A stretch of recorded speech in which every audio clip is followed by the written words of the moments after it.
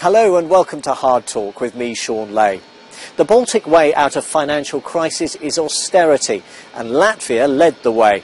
When banking collapse wiped out a quarter of its economy and unemployment shot up to 20%, it took drastic action.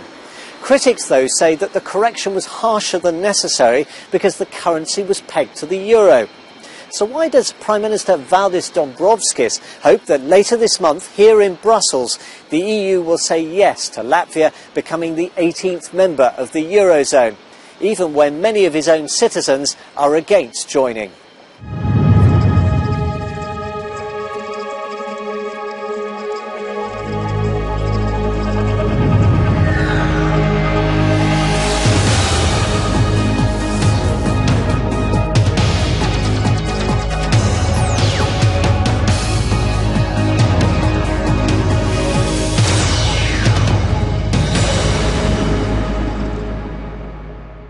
Valdis Dombrovskis, welcome to Hard Talk. Thank you. This month, Eurozone finance ministers, you hope, will confirm Latvia as the 18th member of the Eurozone. Yet barely 5 years ago, the global crisis nearly destroyed Latvia's economy. Some people might think you're mad to want to join the Eurozone. Well, in fact, it was exactly set during the crisis when we decided that January 1st, 2014 would be a date for the Eurozone accession of Latvia, since our currency Lats is anyway pegged to euro.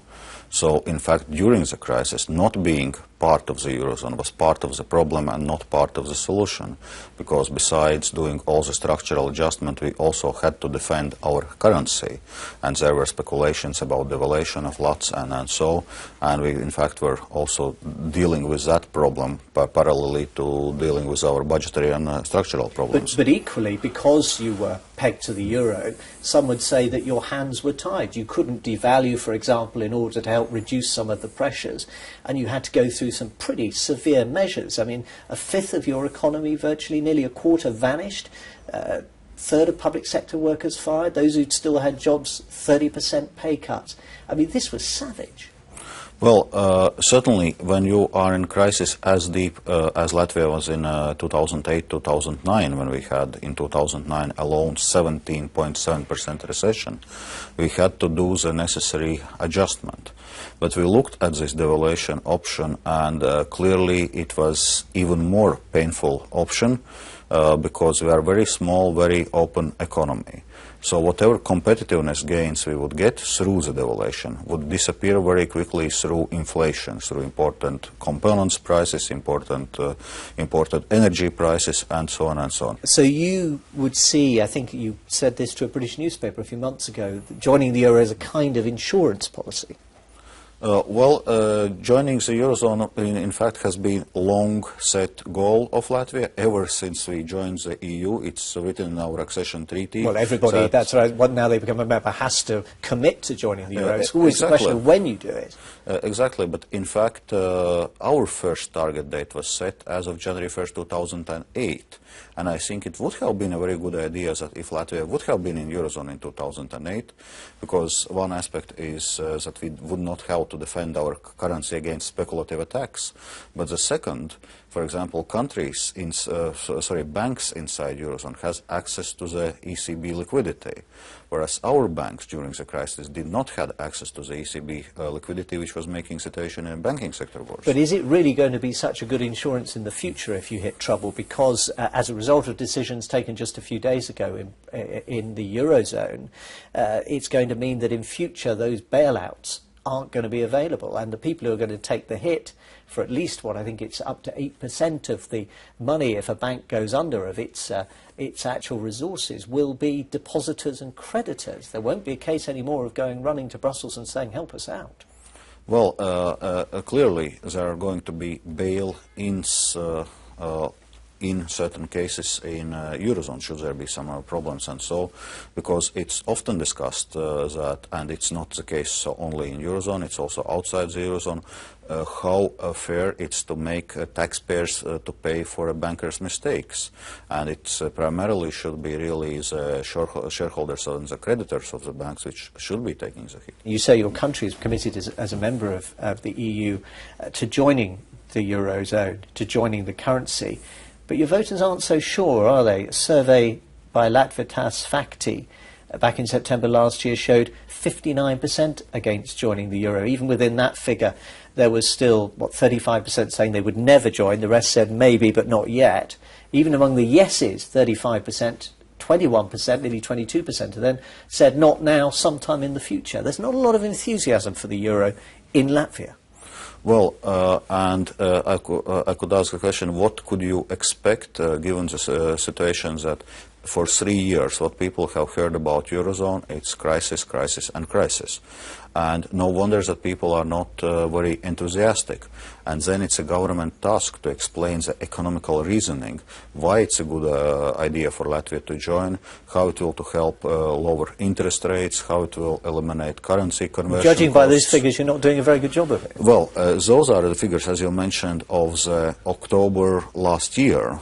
By now, public support is steadily improving. In fact, already for a half a year, we have an information and communication campaign explaining both the economical reasoning of joining, explaining the nature of the Eurozone crisis, that it's not a Euro crisis. Euro as a currency, if you look, it's doing just fine, closer to its historical maximums and minimums. TNS Latvia, back in April, I think, had done a survey a few weeks before that put the yes at 36%. That's still quite a long way short of where you'd like it to be. Well, we continue to work on this. Also, after the final decisions on the Euro accession, which are going to be July 9th by ECOFIN, we then will launch the second part of campaign, actually explaining more the practicalities. So what exactly people can expect, because there are some macroeconomic worries, but most people worry about practicalities. What will happen with their savings in cash, in bank accounts? Will prices go up? So you need to explain all those practical reasons. The Baltic way in terms of economics has been austerity. And you've had a lot of praise for that. Christine Lagarde of the IMF says Latvia has returned to strong growth. You've become more competitive in world markets through wage and price cuts. You have restored confidence. Do you have any doubts at all about the effect austerity is having in Europe? Well, certainly austerity per se is not helping with economic development. It's quite clear. But it's also clear that when you are in a situation like Latvia was in 2008, 2009, when financial markets are not trusting you, then you better act quickly to do the necessary adjustment in order to be able to return to the financial markets. And it's come at a price, hasn't it? There has been a big price for a lot of people in your country who find that they have suffered as a result. Yeah, but what I'm willing to say is that yet we are the fastest growing EU economy. The third poorest country. Well, we were, by the way, the third poorest country before the crisis. Indeed, things have not improved, and your economy is, 12.5% smaller than it was before the crisis. So, yes, you got 4.5% economic growth last year. Well, you might get 5% this year, but it's from a low base. Yeah, let's look at this economic development. Certainly one thing is that we could not continue with economic development as before the crisis, because it was not sustainable. We were running more than 20% of GDP current account deficit. We had double-digit economic growth, yet not balanced budget, real estate bubble, consumption boom, now amount of credit in economy in 4 years' time increased more or less 4 times. This is something you cannot sustain. And according to the IMF, before the crisis, Latvia's economy was overheated somewhere around 10% above potential. So for the last 2 years, we had economic growth of 5.5, 5.6%, meaning that currently our economy has returned to the potential, and now we can grow really with our economic potential. So we do not have bubble anymore. One of the advantages that Latvia has enjoyed, as you said, has been an open economy for a long time, is that it has had the advantage of foreign investment, a lot of it into banks. Of course, that was part of the problem back before, at the time of the financial crisis, with some of those Danish and Swedish banks, lots of cheap credit, lots of money available for people. And it was your second largest bank collapsing that acted as the catalyst for the crisis.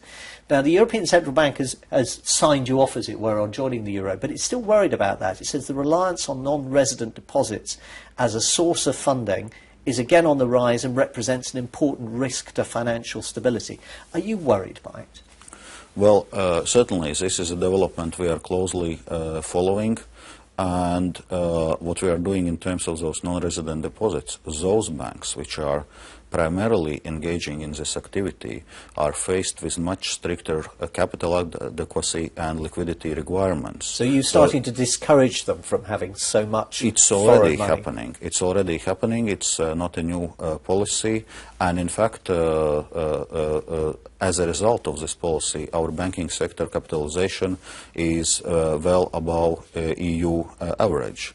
But it's also worth mentioning that we have a relatively small banking sector. Indeed, but even the ECB observed that the share of GDP represented by these foreign deposits, which I think were running at half of all deposits in Latvian banks, more or about less, 10 billion euros, even the ECB was saying this is substantially higher than in most other EU countries. And of course everybody knows what happened in Cyprus, where that dependency on, in that case, Russian money, which is also an issue for you in Latvia, helped to trigger the crisis.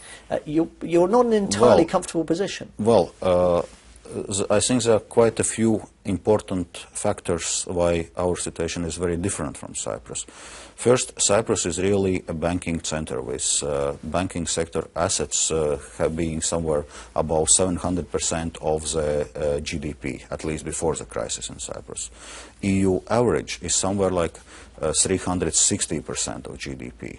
Latvia's is below 130%, so we have a small banking sector, and in terms of banking sector capitalization, before Cyprus crisis, Cyprus banks had a worst capitalization in EU 27.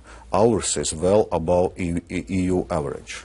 And yet the ECB is worried enough to say it may be difficult to control domestic price pressures and avoid renewed economic exuberance, which is code for a boom. Well, exactly. That is something what we need to watch in terms of credit developments, even though currently I would say the worry is still that not that banks are crediting too much, but that the credit is still too tight, and that's Latvia is not unique in this. It's a worry for the whole of the EU. But certainly what we need to follow through are our competitiveness factors, ensuring that wage developments are in line with productivity developments, ensuring those factors we identified in our competitiveness report. So there are lots of things which we need to do and which we need to constantly monitor to make sure that we do not develop another bubble as it was before the crisis. What if the Russians were to pull their money out? I mean, you could argue that they've plenty of reasons to feel potentially uncomfortable with what's happening in Latvia. You've got this big NATO exercise later in the year, which is Steadfast Jazz, which is about the idea of what happens if a foreign power were to occupy some territory of a NATO member. You're taking part in that exercise. Dmitry Medvedev, who you've met, the Russian Prime Minister, said he's worried about new participants emerging close to our border will change the parity, and we'll have to take this into account and respond to that. And then there's this business of the Latvian Parliament saying that people can have dual nationality, but not if their other nationality is Russian. Do you understand why the Russians might be a little uneasy about what's happening in your country? Well, so was the question really about the money or about relations with Russia? It's about relations with Russia. Well, probably I'll then still answer the first part of your question about the money. Certainly we have done also the stress test of our banking sector, assuming that half of the non-resident deposits would disappear. And our banking sector withstood this stress test. And this is, by the way, much worse scenario than what was happening during the crisis in 2008, 2009. So you're making the case saying you could survive even if the money disappeared. Yes. What about the question of the relationship then? Well, as regards relations with Russia, we feel that we are part of the general tendencies as we see developments between Russia and the West in general. Economically, I would say our relations are developing really good. For example, last year trade turnover between our countries increased by 25%. Number of Russians tourists visiting Latvia increased by 30%. Cargo turnover in our ports increased by 9%. It's again mainly Russian cargo. Indeed, so, and the EU will be delighted by that. I mean, yeah. I noticed... so economically we have a very good... Somebody from Messe Frankfurt saying, actually, one of the attractions of Latvia is that it's so close to Russia, that Riga, particularly as a city, is a good place to invest, particularly attractive city for trade and industry because of its proximity. But then why this provocation in terms of the politics? Why have you said that people can be dual citizens of Brazil or New Zealand or any of the NATO or EU countries, but not Russia, when so many of your population is ethnically Russian. What's wrong with having a Russian passport as well as a Latvian passport? Well, we are part of the EU and NATO, so that's why we are saying that, yes, citizens of EU and NATO can have the dual citizenship with Latvia. And so can Brazil, and so can Australia, and so can New Zealand. You're not part of that. Yes, there are some reasons why it also includes countries like Australia and Brazil, because both have significant Latvian populations in Brazil, by the way, dating back from the 19th century. Yeah, no, I understand that, but I just don't understand this link. I mean, let me put you what Yanis Sitskovskis, if I have got his name right, your Deputy Chief of Citizenship and Immigration, said on Latvian radio for lifting the ban on dual citizenship. He said it's believed that these countries are close to us and there is no possibility that they might break a military conflict. Does that mean you think you might end up fighting at some point in the future with Russia, and you don't think you can trust them, that you are worried, as he put it, that dual citizenship is denied because people cannot serve two masters in the event of armed conflict? Well, certainly we do expect peaceful development, and indeed we do expect engagement with Russia, as I was telling, also economically, and certainly we hope for a good neighborly relations between Latvia and Russia, and I would say indeed West and Russia. Not all developments in Russia, though, are entirely encouraging. As we see now with a crackdown on opposition and so on taking place, we see that not all developments are exactly going the direction we would like to. Vladimir Putin wrote earlier this year, "We cannot tolerate the shameful status of non-citizen. How can we accept that due to their status as non-citizens, 1 in 6 Latvian residents, which I think is something like 300,000, you'll correct me if I'm wrong on that, are denied their fundamental political, electoral and social economic rights?" So he might be cracking down on the opposition. You're cracking down on your own citizens. Not necessarily. So what we are having very open and transparent integration and naturalization process, meaning that any permanent resident of Latvia, including non-citizens, can pass a relatively simple naturalization exam and become a Latvian citizen. But only if they're prepared to speak Latvian. Well, I think it's something which is relatively obvious, and in fact we know that many countries in EU and indeed also Russia is requiring corresponding state language knowledge. They require it for immigrants. They don't require it for people who were born and grew up there. Well, that's the difference. Well, I couldn't agree with this, because again, for those children of Latvian non-citizens, if the parents wish them to become citizens, they can automatically become citizens, and there are no additional procedures. What people would not understand elsewhere in the EU is how they could even be non-citizens if they were born there. That's the thing they find confusing. Well, according to our citizenship law, so those people which were citizens of Republic of Latvia in 1940, when it was occupied by Soviet Union, and their descendants are the citizens of the Republic of Latvia. And what about somebody whose parents came in 1941 or 42 or 52 or 62 exactly. when you were part of the Soviet bloc? Others is it their fault? which are post-World War II immigrants, and that's exactly how it's divided also in EU for that sake. Yes, they have this option to pass this naturalization process and to become citizens, and that's what actually happening. Many of the non-citizens are passing this exam and becoming citizens. Vladimir Lindemann, who's co-chairman of an organisation called Native Tongue, at the time of the referendum on whether Russia should become a second language, which was defeated heavily, said, "I think over the past 20 years Russian residents of Latvia have been humiliated by the authorities, make them second-class citizens." No, I cannot absolutely agree with this. In this sense, our system, for example, of human rights on treatment of minorities and so on, has been checked and double-checked by the number of institutions, including during our EU accession. It was scrutinized very closely and found in a full compliance with the European standards. So it's not going to change? No. Do you think that might be one of the reasons why so many Latvians have emigrated in recent years? Well, this is something what we saw already once Latvia joined the EU, that with free movement of labor, at that time, already in 2004, 2005, tens of thousands of people were leaving, at that time mainly to UK and Ireland. It's a big drop, isn't it? I think between 2000 and 2011, it's something like 14% fall in your population. A large part of it, maybe 300,000 of it, people leaving. Yeah, so on this immigration. So that's what we saw exactly when we joined the EU with this free movement of labor. Now, what we also saw, though, that with economic development, with job opportunities and so on in 2006, 2007, this process slowed and even reverted. People started more to return, which showed that it's an economy which is at the heart of this problem. Now, with the economic crisis, unfortunately, we had this problem again. They went again.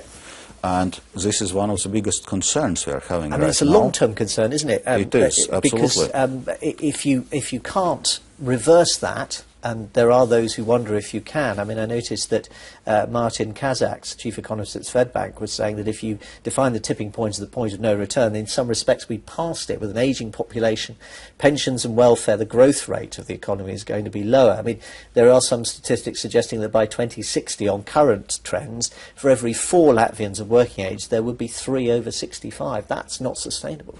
Well, that's, as I said, is certainly one of the biggest concerns now, what to do with immigration. And for this, again, best answer we can provide is really economic development and job creation. Because when people see perspective in Latvia, they don't need to go anywhere. How many do you want back? What sort of proportion are you hoping to? Well, and that's... I would not name now some kind of figures, so how much exactly we want back in terms, because you really need the economic basis for this. So that's why we're now working on re-immigration plan, suggesting incentives for people to return. But it's clear that the best incentive is to have a well-paid job back home. That's the best incentive you can have, and then set up a social system and so on. And that's why, by the way, we are also having this, providing this double citizenship, providing some support for Latvian diaspora now in other EU countries to ensure that we stay connected with those people which have emigrated, and through this connection also, that's why we're advertising their job opportunities in Latvia, ensuring that we gradually will be getting at least part of those people back. Professor Mihail Hazans, distinguished economics professor, indeed one of your best-known demographers, observed earlier this year the sense of bitterness is still very much there. Why? A feeling that everyone is leaving the boat must be sinking, or if the boat is afloat and others are leaving, why am I staying? Well, this is something you really, again, need to correct through the economic development. But you accept there are people who feel that? You know? Well, certainly, with this crisis which we had back in 2008, 2009... he was saying it this year. When Latvia was a economy in the deepest trouble in the European Union, it was creating huge problems for people. So now, with economic development, with job creation, we actually can gradually correct this situation. So it's really mainly about economy, what we need to do to address this problem, and to stay engaged with the people right now, to stay engaged with our diaspora abroad, and then provide this re-immigration plan, ensuring that part of the people would return. But indeed, it's a huge concern, and we need to react both on immigration, and also already in this year's budget, we provided substantial additional benefits package for families with children, also thinking of the demographic situation, which is a related concern. Valdis Dombrovskis, Prime Minister of Latvia, thank you very much for talking to Hard Talk. Thank you.